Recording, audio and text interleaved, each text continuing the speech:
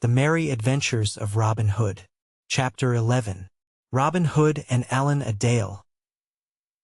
It has just been told how 3 unlucky adventures fell upon Robin Hood and Little John all in one day, bringing them sore ribs and aching bones. So next we will tell how they made up for those ill happenings by a good action that came about not without some small pain to Robin. 2 days had passed by, and somewhat of the soreness had passed away from Robin Hood's joints. Yet still, when he moved of a sudden and without thinking, pain here and there would, as it were, jog him, crying, "Thou hast had a drubbing, good fellow." The day was bright and jocund, and the morning dew still lay upon the grass. Under the greenwood tree sat Robin Hood. On one side was Will Scarlet, lying at full length upon his back, gazing up into the clear sky, with hands clasped behind his head. Upon the other side sat Little John, fashioning a cudgel out of a stout crabtree limb. Elsewhere upon the grass sat or lay many others of the band. "By the faith of my heart," quoth merry Robin, "I do bethink me that we have had no one to dine with us for this long time. Our money groweth low in the purse, for no one hath come to pay a reckoning for many a day. Now busk thee, good Stutely, and choose thee 6 men, and get thee gone to Fosse Way or thereabouts, and see that thou bringest someone to eat with us this evening. Meantime we will prepare a grand feast to do whosoever may come the greater honor. And stay, good Stutely, I would have thee take Will Scarlet with thee, for it is meet that he should become acquaint with the ways of the forest." "Now do I thank thee, good master," quoth Stutely, springing to his feet, "that thou hast chosen me for this adventure. Truly, my limbs do grow slack through abiding idly here. As for 2 of my 6, I will choose Midge the miller and Arthur a Bland. For, as well thou knowest, good master, they are stout fists at the quarterstaff. Is it not so, Little John?" At this all laughed but Little John and Robin, who twisted up his face. "I can speak for Midge," said he, "and likewise for my cousin Scarlet. This very blessed morn I looked at my ribs and found them as many colors as a beggar's cloak." So, having chosen 4 more stout fellows, Will Stutely and his band set forth to Fosse Way, to find whether they might not come across some rich guest to feast that day in Sherwood with Robin and his band. For all the livelong day they abided near this highway. Each man had brought with him a good store of cold meat and a bottle of stout March beer to stay his stomach till the homecoming.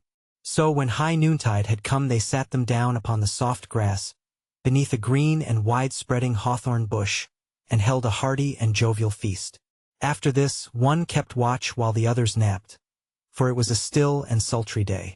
Thus they passed the time pleasantly enow, but no guest such as they desired showed his face in all the time that they lay hidden there. Many passed along the dusty road in the glare of the sun.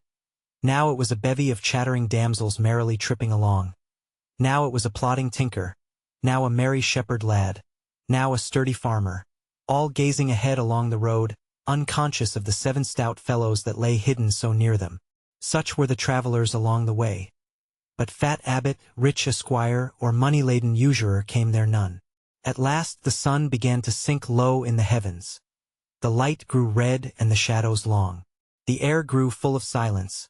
The birds twittered sleepily, and from afar came, faint and clear, the musical song of the milkmaid calling the kine home to the milking. Then Stutely arose from where he was lying. "A plague of such ill luck," quoth he. "Here have we abided all day, and no bird worth the shooting, so to speak, hath come within reach of our bolt. Had I gone forth on an innocent errand, I had met a dozen stout priests or a score of pursy moneylenders. But it is ever thus. The dun deer are never so scarce as when one has a gray goose feather nipped betwixt the fingers. Come, lads, let us pack up and home again, say I." Accordingly, the others arose, and, coming forth from out the thicket, they all turned their toes back again to Sherwood. After they had gone some distance, Will Stutely, who headed the party, suddenly stopped. "Hist!" quoth he, for his ears were as sharp as those of a 5-year-old fox. "Hark, lads, methinks I hear a sound." At this all stopped and listened with bated breath, albeit for a time they could hear nothing, their ears being duller than Stutely's. At length they heard a faint and melancholy sound, like someone in lamentation. "Ha!" quoth Will Scarlet. "This must be looked into. There is someone in distress nigh to us here."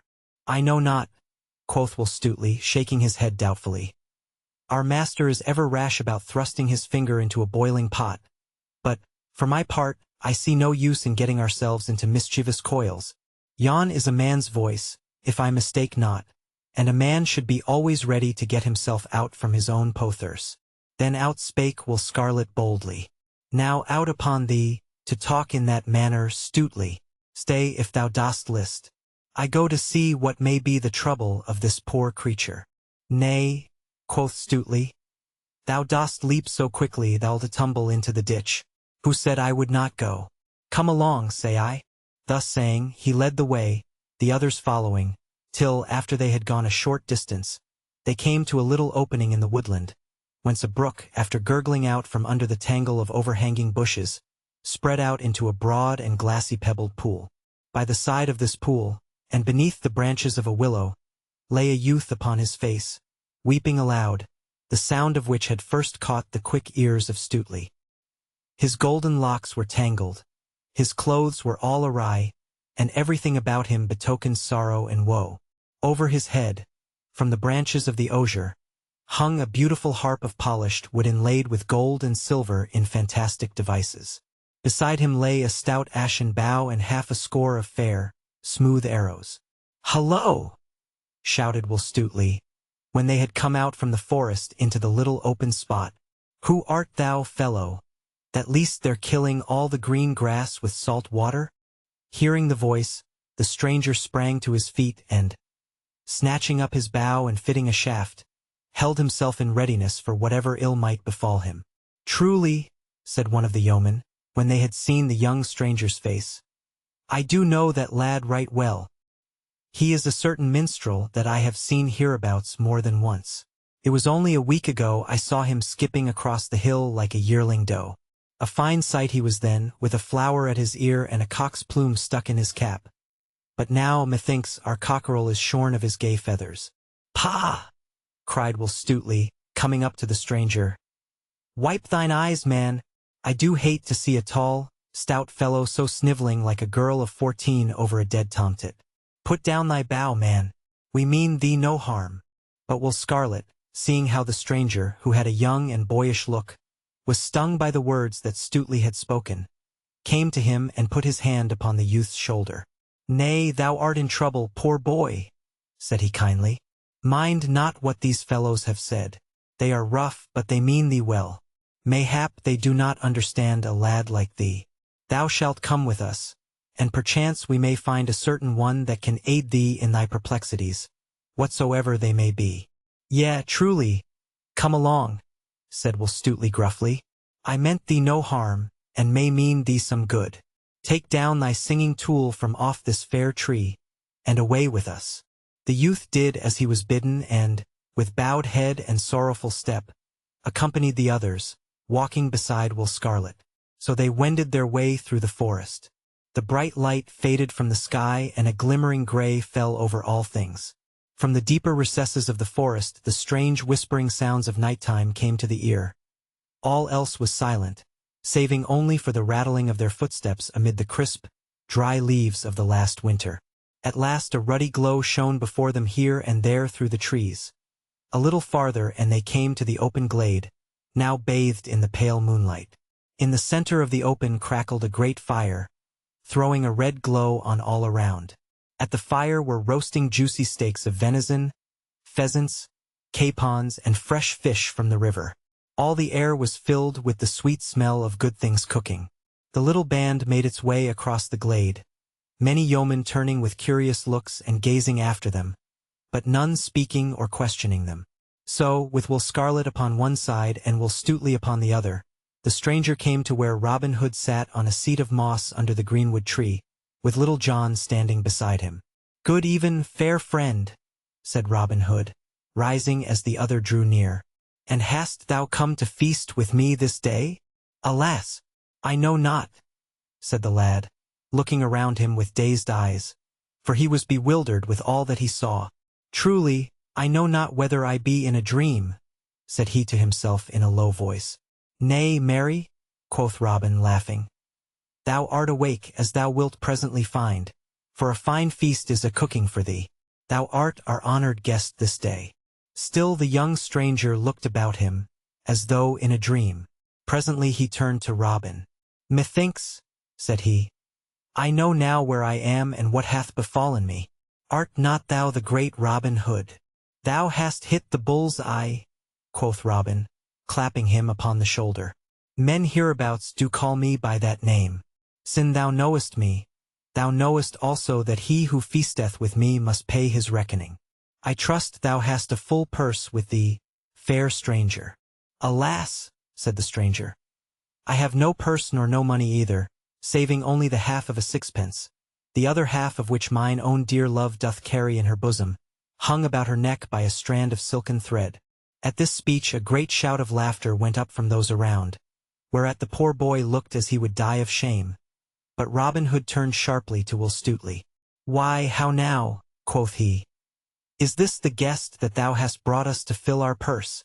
Methinks thou hast brought but a lean cock to the market." "Nay, good master," answered Will Stutely, grinning, "he is no guest of mine. It was Will Scarlet that brought him thither." Then up spoke Will Scarlet, and told how they had found the lad in sorrow, and how he had brought him to Robin, thinking that he might perchance aid him in his trouble. Then Robin Hood turned to the youth, and, placing his hand upon the other's shoulder, held him off at arm's length, scanning his face closely. "A young face," quoth he in a low voice, half to himself, "a kind face, a good face. 'Tis like a maiden's for purity, and withal the fairest that e'er mine eyes did see. But, if I may judge fairly by thy looks, grief cometh to young as well as to old." At these words, spoken so kindly, the poor lad's eyes brimmed up with tears. "Nay, nay," said Robin hastily. "Cheer up, lad. I warrant thy case is not so bad that it cannot be mended. What may be thy name?" "Allan a Dale is my name, good master." "Allan a Dale," repeated Robin, musing. "Allan a Dale. It doth seem to me that the name is not altogether strange to mine ears.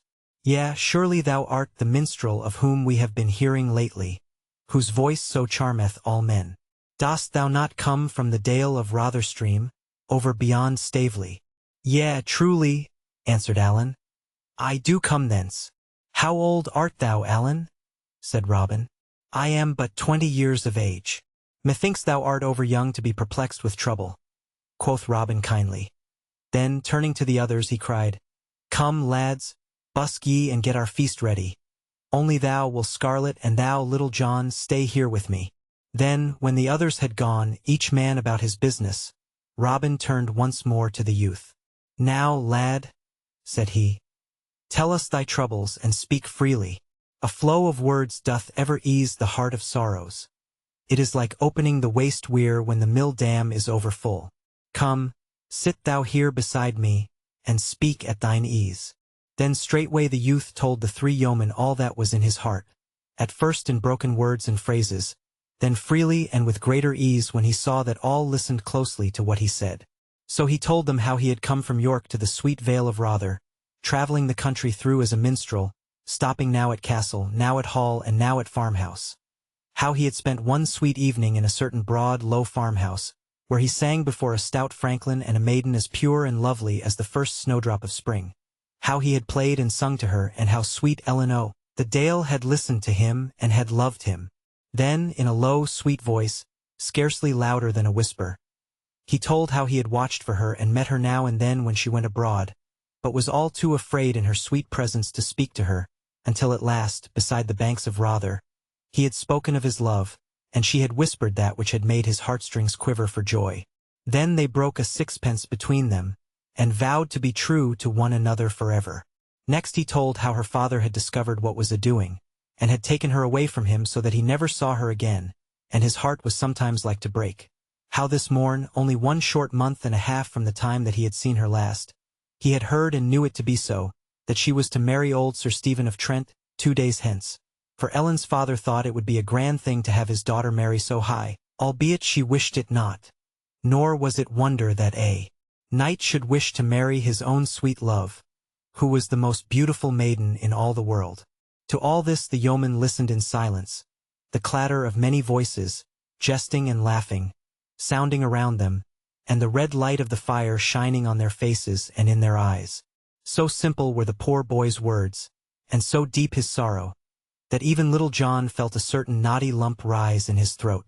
"I wonder not," said Robin, after a moment's silence, "that thy true love loved thee, for thou hast surely a silver cross beneath thy tongue, even like good Saint Francis, that could charm the birds of the air by his speech." "By the breath of my body," burst forth little John, seeking to cover his feelings with angry words, "I have a great part of a mind to go straightway and cudgel the nasty life out of the body of that same vile Sir Stephen. Marry, come up, say I what a plague, does an old weazen think that tender lasses are to be bought like pullets o' market day? Out upon him! Ay, but no matter, only let him look to himself." Then up spoke Will Scarlet. "Methinks it seemeth but ill done of the lass that she should so quickly change at others' bidding, more especially when it cometh to the marrying of a man as old as this same Sir Stephen. I like it not in her, Allen." "Nay," said Allen hotly, "thou dost wrong her. She is as soft and gentle as a stock-dove. I know her better than anyone in all the world. She may do her father's bidding, but if she marries Sir Stephen, her heart will break and she will die. My own sweet dear, I—" He stopped and shook his head, for he could say nothing further. While the others were speaking, Robin Hood had been sunk in thought. "Methinks I have a plan might fit thy case, Allen," said he. "But tell me first, thinkest thou, lad, that thy true love hath spirit enough to marry thee were ye together in church, the banns published, and the priest found, even were her father to say her nay?" "Ay, marry would she," cried Allen eagerly. "Then, if her father be the man that I take him to be, I will undertake that he shall give you both his blessing as wedded man and wife, in the place of old Sir Stephen, and upon his wedding morn. But stay, now I bethink me, there is one thing reckoned not upon the priest. Truly, those of the cloth do not love me overmuch, and when it comes to doing as I desire in such a matter, they are as like as not to prove stiff-necked. As to the lesser clergy, they fear to do me a favor because of abbot or bishop." "Nay," quoth Will Scarlet, laughing, "so far as that goeth, I know of a certain friar that, couldst thou but get on the soft side of him, would do thy business even though Pope Joan herself stood forth to ban him. He is known as the Curtal Friar of Fountain Abbey, and dwelleth in Fountain Dale." "But," quoth Robin, "Fountain Abbey is a good 100 miles from here, and we would help this lad. We have no time to go thither and back before his true love will be married. Naught is to be gained there, cuz—" "Yea," quoth Will Scarlet, laughing again. "But this Fountain Abbey is not so far away as the one of which thou speakest, uncle. The Fountain Abbey of which I speak is no such rich and proud place as the other, but a simple little cell, yet, withal, as cozy a spot as ever stout anchorite dwelled within. I know the place well, and can guide thee thither, for, though it is a goodly distance, yet methinks a stout pair of legs could carry a man there and back in one day." "Then give me thy hand, Allen," cried Robin, "and let me tell thee, I swear by the bright hair of Saint Elfrida that this time 2 days hence Ellen a Dale shall be thy wife. I will seek this same friar of Fountain Abbey tomorrow day, and I warrant I will get upon the soft side of him, even if I have to drub one soft." At this Will Scarlet laughed again. "Be not too sure of that, good uncle," quoth he. "Nevertheless, from what I know of him, I think this Curtal Friar will gladly join two such fair lovers, more especially if there be good eating and drinking afoot thereafter." But now one of the band came to say that the feast was spread upon the grass.